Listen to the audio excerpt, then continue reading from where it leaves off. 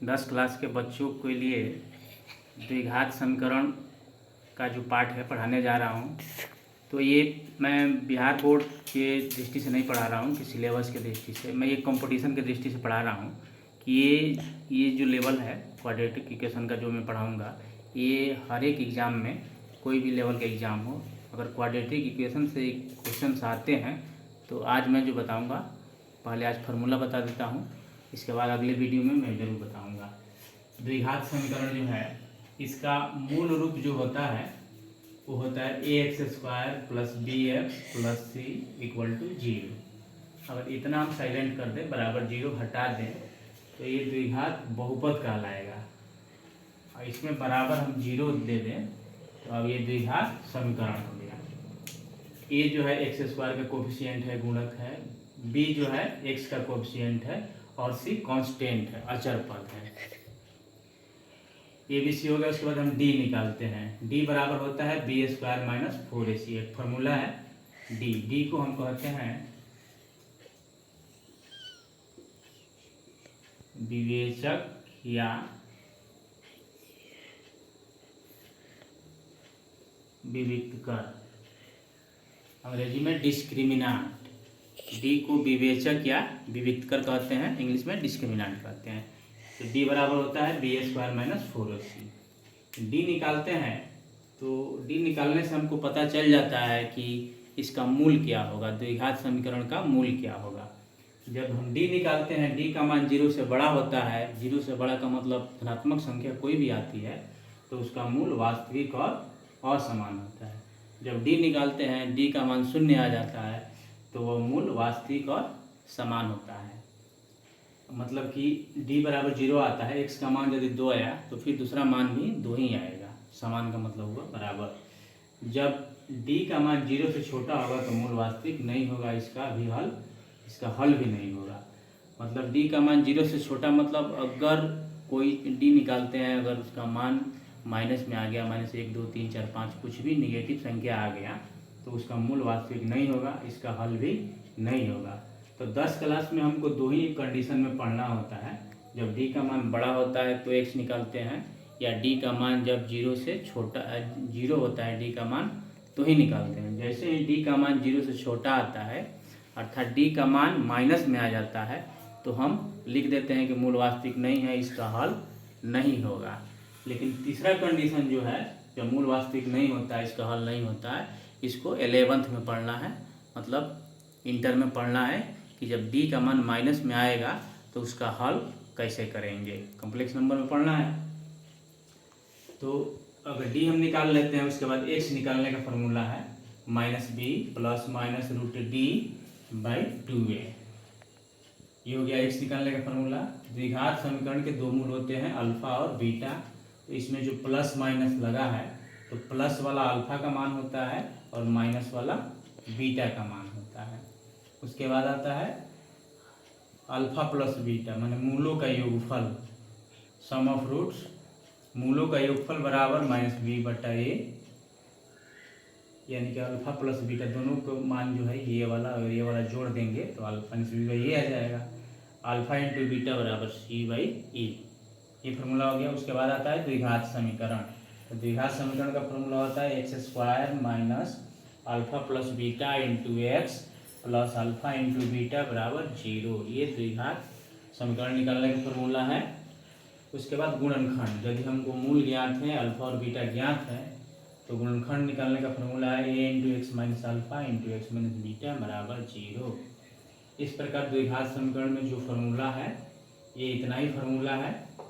इसके बाद मैं आपको बताऊंगा कि x का जो वैल्यू है -b प्लस -√d/2a कैसे निकलता है।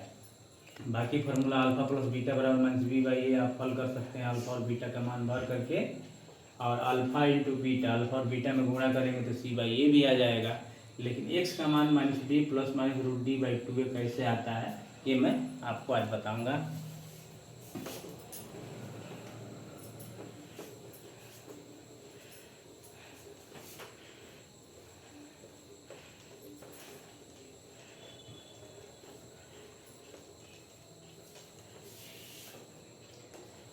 देखिए ax² plus bx plus C बराबर 0 होता है।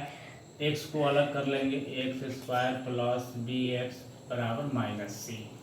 कॉन्स्टेंट को उधर कर दिए, दोनों ओर हम ए से भाग देंगे। ए से भाग देने पर दोनों तरफ ए से भाग देंगे, इसमें भी भाग देंगे ए से, एक्स स्क्वायर बट्टा ए बी एक्स बट्टा ए बराबर माइनस सी बट्टा ए से कट जाएगा, ये हो जाएगा x square plus B x बट्टा ए बराबर minus c by a. X square plus B x बट्टा ए प्लस बी स्क्वायर बट्टा 4a स्क्वायर बराबर माइनस सी बट्टा ए प्लस बी स्क्वायर बट्टा 4a स्क्वायर। दोनों ओर बी स्क्वायर बटा 4a स्क्वायर जोड़ने पर यही ट्रिक है कि याद रखना है कि दोनों ओर हमको बी स्क्वायर बटा 4a स्क्वायर जोड़ना है। हमने दोनों तरफ इसको जोड़ दिया है। अब इस तीनों मिला करके हो जाएगा एक्स प्लस बी बाई ए का होल स्क्वायर। इसको एक्सपेंशन करेंगे तो फिर इतना आ जाएगा। इसको जब हल करेंगे तो 4a स्क्वायर ये हो जाएगा 4ac आई हो जाएगा बी स्क्वायर। स्क्वायर हटता है तो रूट आ जाता है। एक्स प्लस बी बाई ए बराबर प्लस माइनस भी लगता है। इसको आगे कर देते हैं, बी स्क्वायर माइनस 4ac बटा 4a square.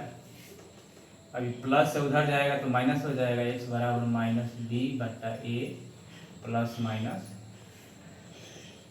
B square minus 4ac बटा 4a स्क्वायर का वर्गमूल हो जाएगा 2a। एक्स बराबर इसको हल करेंगे, इसमें जो होल स्क्वायर होगा 2a का होल स्क्वायर होगा,